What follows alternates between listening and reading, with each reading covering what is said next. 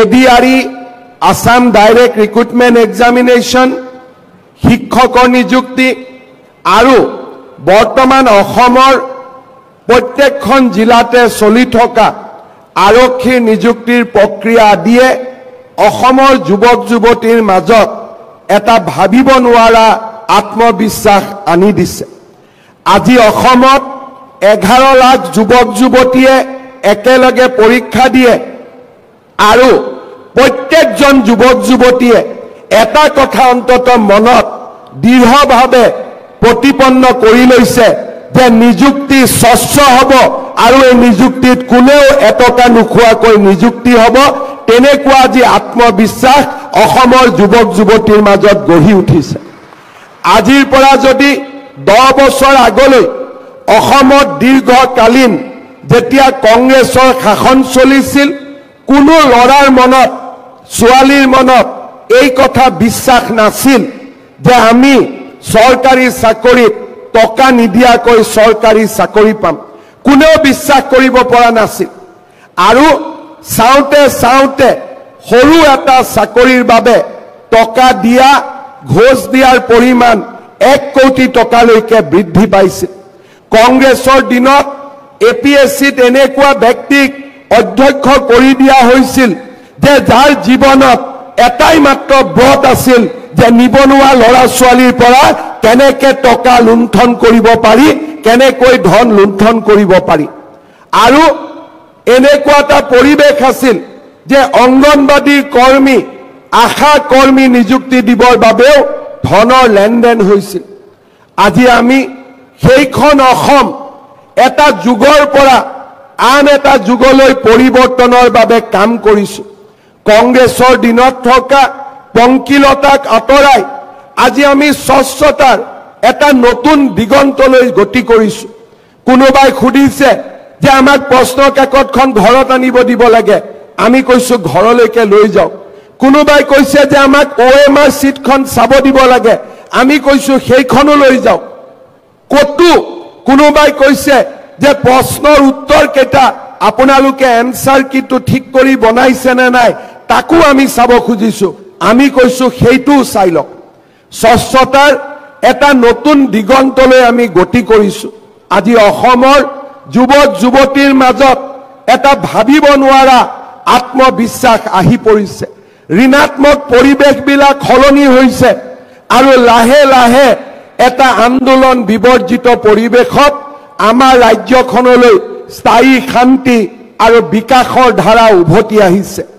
মই 3 বছৰ আগতে এই খেলপথাৰত যেতিয়া স্বাধীনতা দিৱসৰ পতাকা উত্তোলন কৰিছিলো তেতিয়া মই ৰাইজক এটাই আহ্বান জনাইছিলো যে আমাক এটা আন্দোলন বিবৰ্জিত পৰিৱেশ দিয়ক, আমি অসমত এক নতুন দিগন্তলৈ লৈ যাম। আজি আপোনালোকে দেখিছে ৰাজহুৱা খণ্ডত নিযুক্তি হওক, অসমত উদ্যোগীকৰণৰ বাতাবৰণ হওক বা আত্মনিৰ্ভৰ অসমৰ ফালে এক নতুন যাত্ৰা, সোণখেৰীয়া যাত্ৰা আমি আটাইবিলাকতে আজি সফল হ'ব পাৰিছো। মই নিজেও গম পোৱা নাছিলো যে আমি কিমান সফল হৈছো।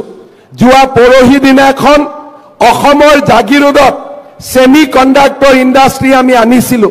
ময়ো গম পোৱা নাছিলো যে কিমান ডাঙৰ ইণ্ডাষ্ট্ৰি আমি অসমত আনিছিলো। কিন্তু যোৱা পৰহি যেতিয়া কৰ্ণাটকৰ মন্ত্ৰী এজনে কান্দিব আৰম্ভ কৰিলে যে কৰ্ণাটকৰ পৰিৱৰ্তে অসমত কিয় এই উদ্যোগ গ'ল, তেতিয়া মই বুজি পালো যে অসমে আজি এক নতুন দিগন্তলৈ গতি কৰিছে আৰু কৰ্ণাটকৰ দৰে ৰাজ্যয়ো আজি অসমৰ সফলতাত ঈৰ্ষান্বিত হ'বলগীয়া হৈছে। তাতকৈ মোৰ জীৱনত আন ডাঙৰ প্ৰাপ্তি আন একোৱেই হ'ব নোৱাৰে, তাক মই বিশ্বাস কৰোঁ। আজি আমি ইমান দিনে অভিযোগ কৰিছিলো যে কৰ্ণাটকত উদ্যোগীকৰণ হৈছে, অসমত কিয় উদ্যোগীকৰণ হোৱা নাই। আজি কৰ্ণাটকৰ মন্ত্ৰীয়ে আজি ৰাজহুৱাভাৱে কান্দিব আৰম্ভ কৰিছে যে অসমত কিয় উদ্যোগ হৈছে, কৰ্ণাটকত কিয় উদ্যোগ হোৱা নাই। তাতকৈ ডাঙৰ চাৰ্টিফিকেট কিজানি আন কোনেও দিব নোৱাৰে, যি ডাঙৰ প্ৰমাণ পত্ৰ কংগ্ৰেছৰ মন্ত্ৰীজনে আমাক দি থৈ গ'ল, কৰ্ণাটকৰ মন্ত্ৰীজনে আমাক দি থৈ গ'ল। শ্ৰদ্ধাৰ যুৱক যুৱতী বন্ধু বান্ধৱীসকল, মই যেতিয়া অসমৰ আন ৰাজ্যবিলাকত গৈ কওঁ যে আমি এনেকুৱা এটা স্কিম আৰম্ভ কৰিছো যে ল'ৰা ছোৱালীক আমি নিজৰ ভৰিৰ ওপৰত নিজে থিয় হ'বলৈ 2 লাখকৈ টকা দিম, কোনো মৰ্টগেজ নলওঁ, কোনো কাগজ নলওঁ, আৰু আমাক 1 লাখ টকা ঘূৰাই দিব কেতিয়া 3 বছৰ তেওঁলোকে গেপ দিব। আজি যদি মোৰ 2 লাখ টকা সম্পূৰ্ণ হয় মই 3 বছৰ এই 1 লাখ টকাটো ঘূৰাই দিব নালাগে, আৰু তাৰ পিছত আমি পৰৱৰ্তী 5 বছৰত এই টকাখিনি সৰু সৰু ইনষ্টলমেণ্টৰ জৰিয়তে আমি উভতাই দিম।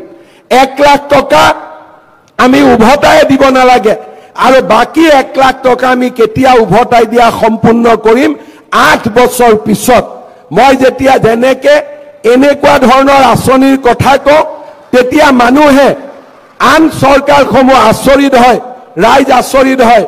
যোৱাকালি মই হাৰিয়ানাত আছিলোঁ, মই এই আঁচনিৰ বিষয়ে কৈছিলোঁ আৰু ৰাইজক মই কৈ আহিছিলোঁ যে আপোনালোকে মোৰ ফেচবুক চাই থাকিব, অহাকালি 11টা বজাত আমি প্ৰথম 25,000 ল'ৰা ছোৱালীক এই আঁচনিৰ ধন আমি হস্তান্তৰিত কৰিম। বহুতে মোক বিশ্বাস কৰা নাছিলে, বেংকত যাব নালাগে বোলে, নালাগে, কোনো কাগজো দিব নালাগে বোলে, নালাগে, মৰ্টগেজো দিব নালাগে বোলে, নালাগে, বোলে টকাখিনি যদি ঘূৰাই নিদিয়ে। মই কৈছিলোঁ যে অসমৰ যুৱক যুৱতীৰ ওপৰত মোৰ বিশ্বাস আছে, তেওঁলোকক আমি যেনেকে কৰিব অনুৰোধ কৰিম তেনেকেই কাম কৰিব।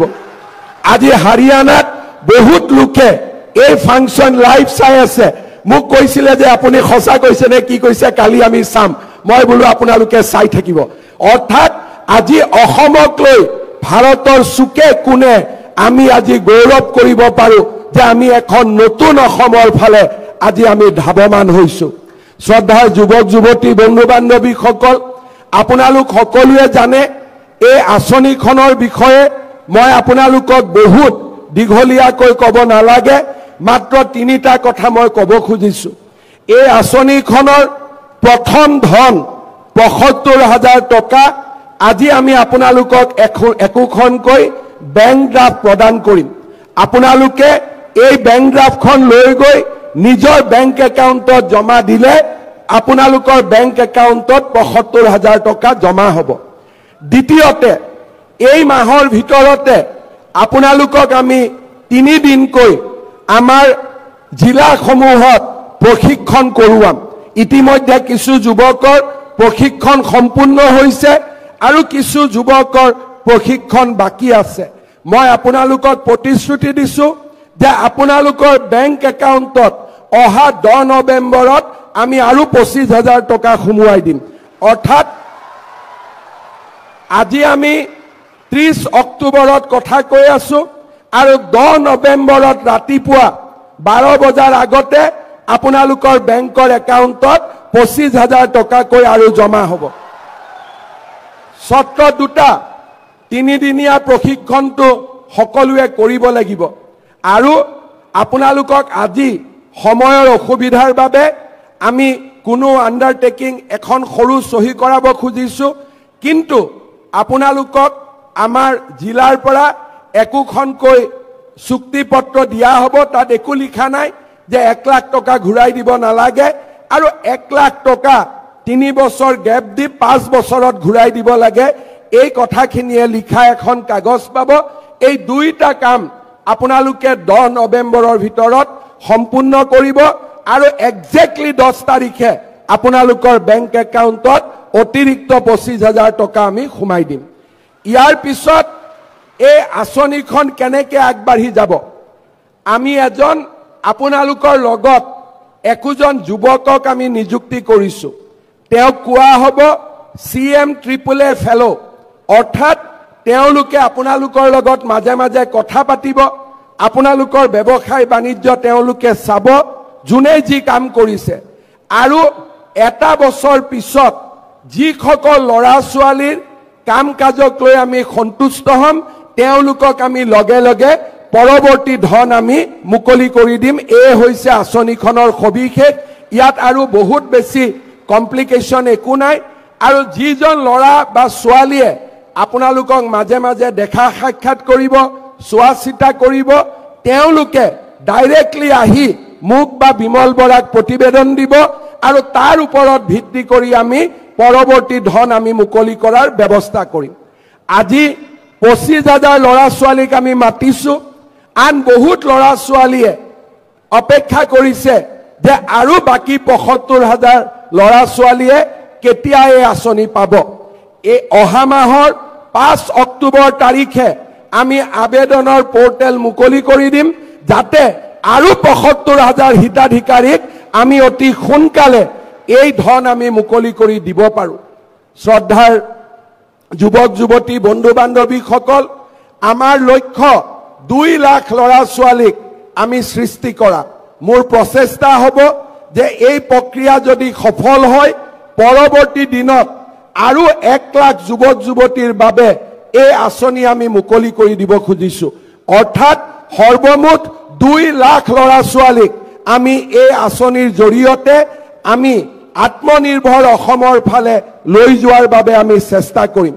শ্ৰদ্ধাৰ যুৱক যুৱতী বন্ধু বান্ধৱীসকল, এই আঁচনিখন নিৰ্মাণ কৰোঁতে আৰু এই আঁচনিখন পৰিচালনা কৰোঁতে উদ্যোগ মন্ত্ৰী বিমল বৰা ডাঙৰীয়া, মুখ্য সচিব ৰবি কোটা ডাঙৰীয়া আৰু আমাৰ জিলাৰ গোটেই অফিচাৰসকলে যোৱা 2 মাহত অভূতপূৰ্ব কষ্ট আৰু ত্যাগ স্বীকাৰ কৰি এই আঁচনিখন আজিৰ পৰ্যায়লৈ লৈ আহিছে।